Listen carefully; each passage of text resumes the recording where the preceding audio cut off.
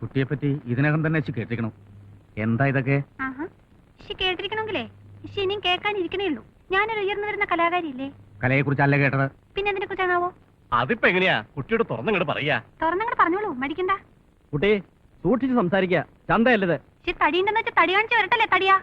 പ്രായമായ പെൺകുട്ടിയെ വിളിച്ചു വരുത്തുക, 3-4 തടിയന്മാര് ചുറ്റും നിന്ന് അങ്ങോട്ട് ചോദ്യം ചെയ്യാ. എന്താ വരട്ടെ? നിങ്ങളെ അമ്പലത്തിലെ പ്രോഗ്രാമിൽ വന്നെന്ന് വിചാരിച്ച് വായത്തോന്ന് എന്തും പുലപ്പാന്ന് അധികം മോന്തേന്റെ സാമർത്ഥ്യം വേണ്ട. ഇയാളാണല്ലേ സ്ഥിരം കള്ള് ഷാപ്പിൽ പോകുന്ന വ്യക്തി. പക്ഷെ കള്ളുഷാപ്പ് ഞങ്ങൾ കൊണ്ടുവന്നല്ലോ, നിങ്ങൾക്ക് കുടിക്കാൻ വേണ്ടിട്ട് നിങ്ങൾ തന്നെ ഇവിടെ ഉണ്ടാക്കി വെച്ചിട്ടുള്ളതല്ലേ? നീ സംസാരിക്കുന്നത് എന്താണ്, എങ്ങനെയാണ്, ആരോടാണ്? വല്ല പിടിപാടുണ്ടോ നിനക്ക്? ഇല്ല, എല്ലാ കാര്യം തുറന്നു പറയാൻ ഇനി ആരായാലും എന്താ? ഒന്നും അറിയാത്ത പോലെ സംസാരിക്കരുത്. ഇന്ന് മനസ്സിലാവില്ല. ഒരു പെണ്ണിനെ കുറിച്ച് കേൾക്കാൻ പാടില്ലാത്തത് പലതും കുട്ടിയെ കുറിച്ച് കേൾക്കുന്നുണ്ട്. എന്ന് വെച്ചാ അർദ്ധരാത്രി അന്യരുടെ വരവും പോക്കും അതന്നെ. അങ്ങനെ ആരെങ്കിലും വരികയാണെങ്കിലേ പിറ്റേന്ന് രാവിലെ തിരിച്ചറിയാൻ ഒരു പ്രയാസം ഉണ്ടാവില്ല. മോന്തേമേൽ മുറ്റടിക്കുന്ന ചൂലിന്റെ പാടുണ്ടാവും, അത്ര തന്നെ. മേലയിടത്ത് ഗ്രാമം ഭഗവതിയുടേതാണ്. അമ്മയുടെ ഇച്ഛയ്ക്കെതിരായിട്ട് ഇവിടെ ഒന്നും നടന്നിട്ടില്ല. വന്നു പോകുന്നവരും അത് പാലിക്കണം എന്ന് എനിക്ക് നിർബന്ധമുണ്ട്.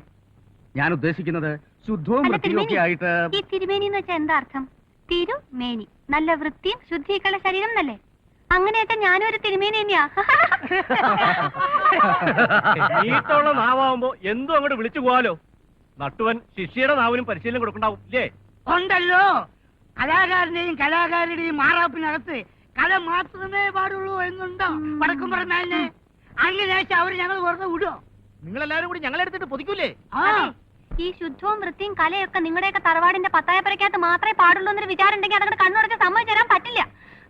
കഥാപ്രസംഗ സാറും ഹാർമോണി സാറും കേൾക്കാൻ വേണ്ടി തന്നെയാ പറയണേ. മാമ, എനിക്ക് വിശക്കണു, നമുക്ക് വീട്ടിൽ പോവാം. നമുക്ക് പോവാം കേട്ടോ. ഞങ്ങൾ പോയിട്ട് വരട്ടെ. വടക്കും പുറമേ വടക്കുമുറമേനല്ല, വടക്കുമുറമേനല്ല. പടി നോക്കുമോളെ.